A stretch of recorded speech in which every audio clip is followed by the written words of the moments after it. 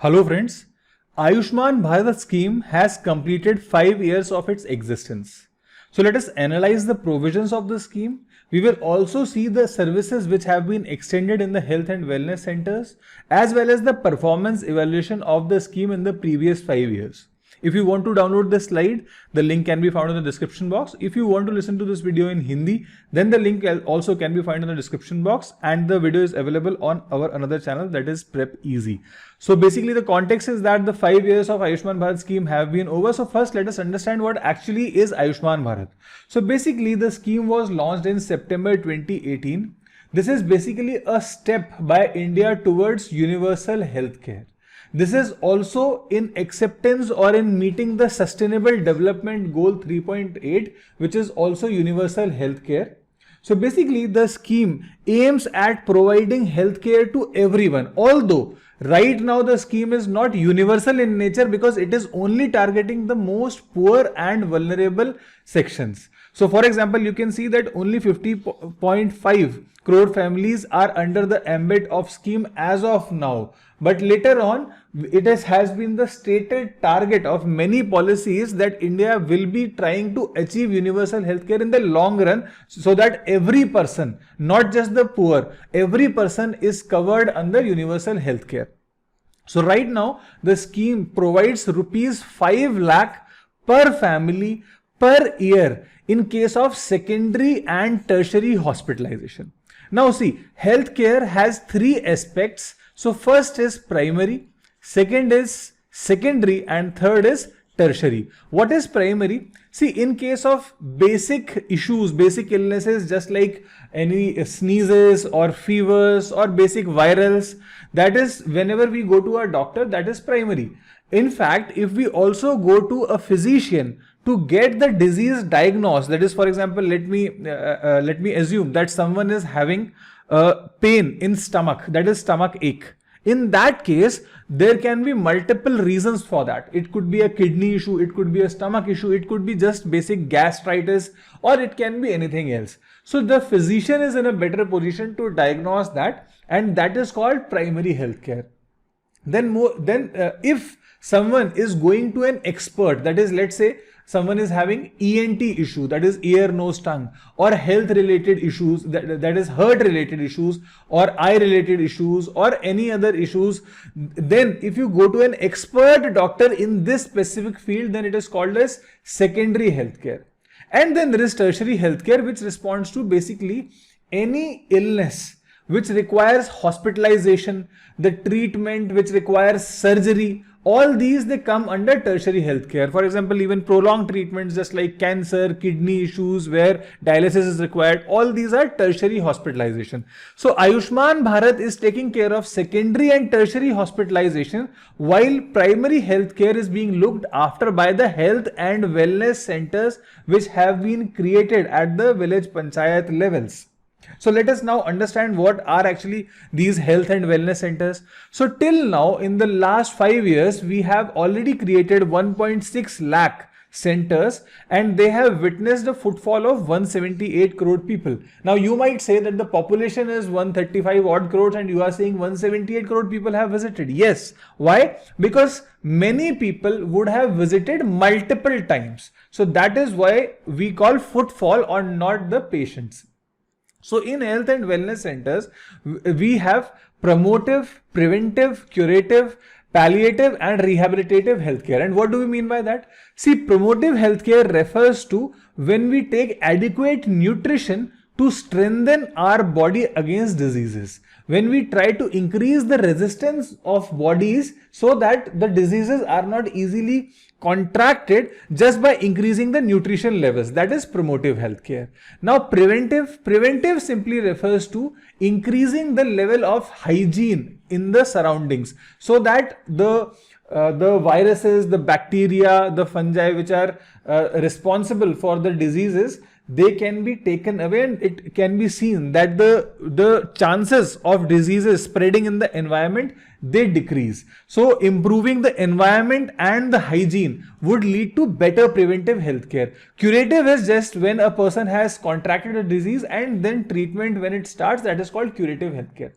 Palliative healthcare refers to the decreasing of intensity of pain in a person who is suffering from terminal illness. See, terminal illness is something which now has no chance of further treatment. Now it has been declared by the doctor that the patients would not be having any chance of survival, and therefore the patient is having a very lesser duration of life, and in that time the whole efforts are concentrated on decreasing the pain intensity, not on again getting the person cure, because there is no cure available.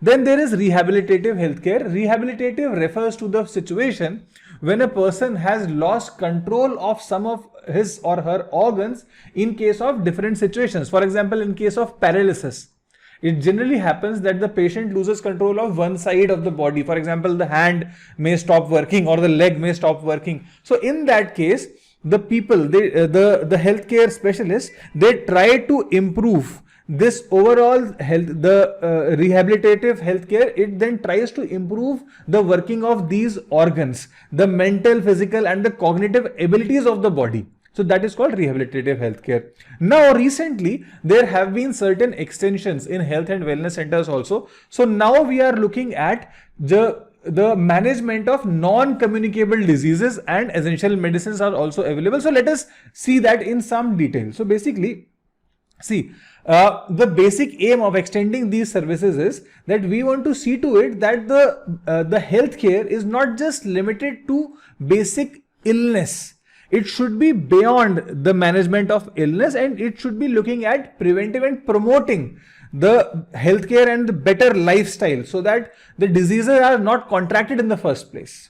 So that is why the government has now said that health and wellness centers, they will also be taking care of non-communicable diseases. Which one are those? For example, diabetes is there, high BP, that is hypertension is there. Apart from that, there are oral cancer, breast cancer, cervical cancer is there. So these diseases will also be taken care of. They will be screened.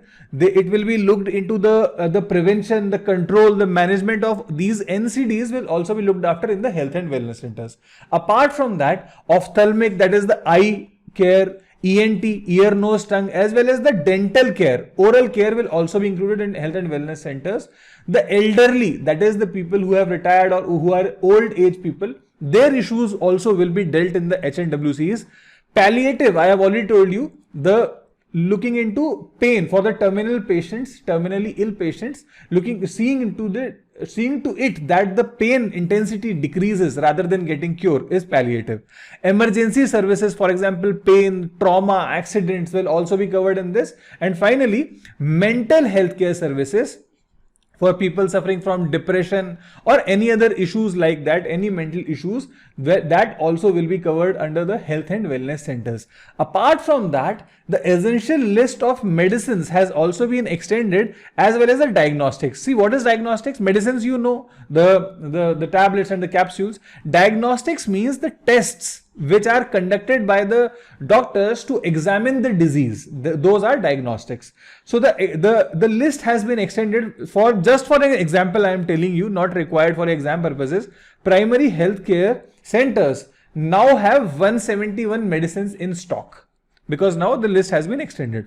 Apart from that, the health and wellness centers will also be looking at the wellness packages. So they will also be including yoga, Zumba, as well as meditation, healthy diet and healthy lifestyle, marathons and such activities, such exercises which improve the overall health and well-being of the body. Those will also be included, so that it can be seen that the person is actually not getting any diseases. Rather than actually treating the diseases after we have got them, we will be having a proactive and not reactive approach. So now when we have understood the features, now let us see what has been the performance. See, performance has been stupendous. It has been splendid, because see, out of pocket expenditure was one of the main reasons why people dropped down below the poverty line. What is out of pocket? See, whenever a person goes for treatment, then that person has to pay from their own pocket if they do not have any kind of insurance. So in that case, the person, when is paying out of pocket, that is called out of pocket expenditure. But the Ayushman Bharat scheme has decreased this, and now in fact people have started to save money also, and the catastrophic health expenditures, they have come down. So therefore we can say that it has decreased the intensity or incidences of people slipping below the poverty lines. In this scheme till now 27,000 hospitals have been impaneled and 24 crore Ayushman Bharat cards have already been issued.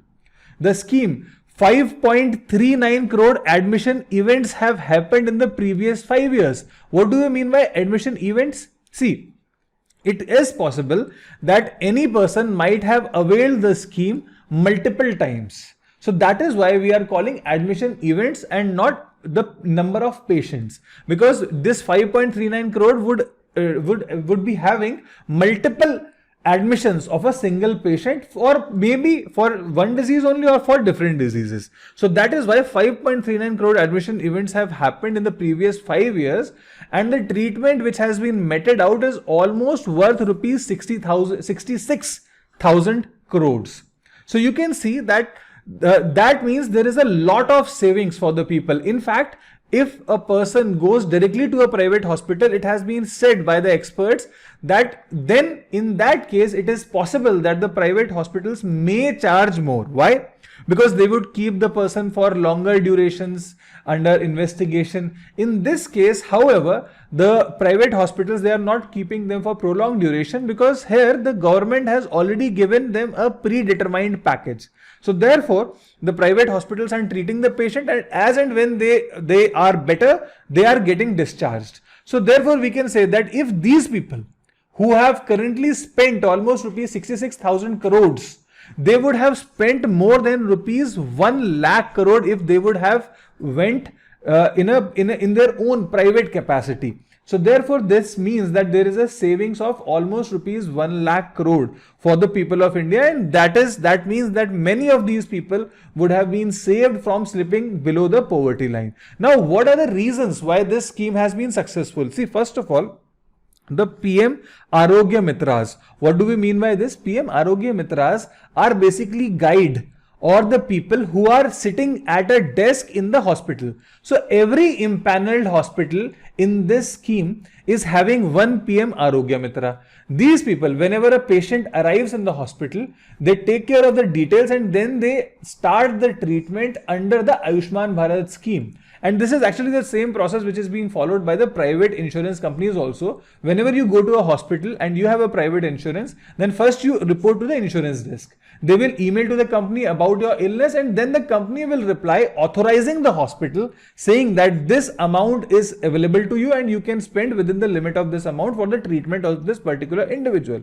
So these PM Arogya Mitras, they guide the poor and vulnerable sections when they come for treatment, because they are very nervous, they are very anxious, they do not know the processes, they are illiterate, they do not understand what are the eligibility, what are the requirements, they are afraid that they will be, the hospital management will scold them, they will be scared away. So therefore these PM Arogya Mitras see to it that such issues do not creep up and the patients, they get adequate health care.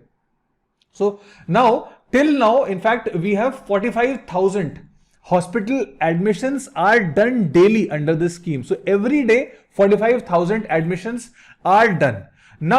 So that means 31 treatments start every minute. So that is one very fantastic treatment, the feature of this scheme, that every day we are authorizing 45,000 patients which were being treated through their own expenses. So that is something which is very, very important, because that means that people are spending lesser and they are saving more. Again, this scheme is very, very inclusive, because till now the treatments which have been meted out, 48% of these treatments have been meted out to women only. So then again we can say that women empowerment is also happening. This is not a patriarchal scheme only focusing on the health of the men. Also, the scheme has also included transgenders under its ambit, and in fact almost 50 packages are designed specifically for the transgenders, which include sex reassignment surgery for the people who identify with a different gender in which they are born in. Again, the scheme is portable. That means a person who is living in Uttar Pradesh or Bihar can get the treatment even when they migrate to another state like Karnataka or Maharashtra or any other state. So the scheme is portable, and any person who has registered in any state can go to a different state if that state is also a partner of the scheme, and they can get the treatment. Then another reason why the scheme is successful is because of digitization. See, the scheme is end-to-end digitized. In fact, there is no system bias because of that, because the claim submission and the claim approval, it is completely faceless. No one knows whose claims they are processing, and therefore, in fact, we see to it that even a public dashboard has been maintained by the ministry, which shows that how many people have been treated so far, what are the names of the people, but it hides their private details, obviously, so that they do not suffer any kind of issues with that. Apart from that, the scheme is under constant revision. In fact, till in the previous 5 years of the scheme, there have already 5 revisions have happened in the scheme. What kind of revisions? See, we know that every year, or in fact every day, we see that inflation is increasing. So therefore, the government is constantly revising the rates for the treatment of a specific disease, so that the private hospitals, they do not suffer this problem that the government reimbursement is very less as compared to the private reimbursement. So rate is being revised regularly. Then the government is trying to go for faster settlement processes. In fact, the standard is 15 days. Within 15 days, the settlement for any claim submission by the hospital is done, so that the hospitals do not complain that we are providing best treatment, yet the government is not giving us money, and it is months and years when the claims are processed. In fact, the states like Uttarakhand, they have now brought down this claim settlement period to within 7 days. And also, the trustworthy hospitals which have established that they are not doing any fake treatment, for them, whenever they submit any claim, 50% amount is paid immediately, and rest is paid when all the bills are checked and authorized. So that means that it is rewarding the trustworthy hospitals. In fact, see, nowadays the private hospitals do not have any justification for not enrolling into this scheme, because they are getting so many patients and the government is providing them enough money to do this treatment, so that they can also get some profit out of it. Also, another reason why this scheme is successful is because the scheme is looking into fraud control. See, it is the practice was prevailing earlier that many people, what they would do is they would just go to a hospital, and then they will get a fake bill, and then they will submit it to the insurance companies. When the money comes, the money is then divided between the hospital and the patient, or whatever, if agents are involved or whatever. So to see to it that such practices are not encouraged and they do not happen, the government has now come up with many different provisions. First of all, the registration and admission happens on the basis of Aadhaar authentication.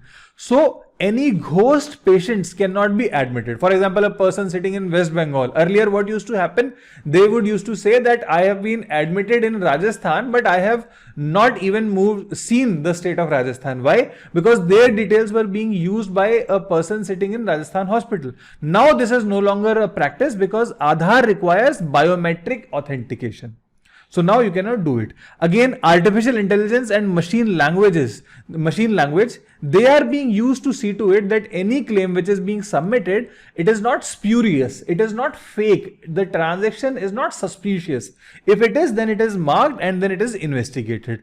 Then also there is a provision for surprise audits. Many surprise audits are happening in hospitals, so that whenever a patient is admitted, many of them, they are being checked by the surprise audit team, so that no fraud is happening. In fact, 210 hospitals have also been taken out of the panels just because of this, because they were trying to get involved in negative practices, in malpractices. Then again, call centers have been established. They call a person as and when the treatment starts, they call a person within 48 hours to see to it that the treatment is being meted out professionally by the hospitals. Similarly, after 15 days also, they make a call to see to it that the treatment which was received was actually good enough, what was the quantity, that how many days they were kept, what was the quality of treatment, that how was the professionalism shown by the hospital towards these people, so that they are feeling that they have been adequately and they have been professionally treated by the hospitals and the doctors in those hospitals. So these are the reasons why this is successful, and these are the major issues with the scheme. So you should be remembering that, and it is a very important question for your exam. So now we have started this practice of having a mains question. So the question which you have to write is, critically analyze the need and feasibility of universal healthcare. So universal is every person, irrespective of their income, is covered under insurance given by the government, healthcare in India. So you have to critically analyze it. That is, you have to tell whether yes, universal healthcare should be there, and also why it should not be there. Are we having enough resources? Is the scheme feasible for everyone? And what is the need of that scheme? For example, we are talking out of pocket expenditure and such other expenditures. So these issues you should be looking into in this question when you are answering it. If you have some points, please answer in the comment section, and if you want, you can also mail to us at prepezee@gmail.com so that we can provide you a detailed feedback on this answer. So this was the article. If you like it, please like, share and subscribe. Thank you.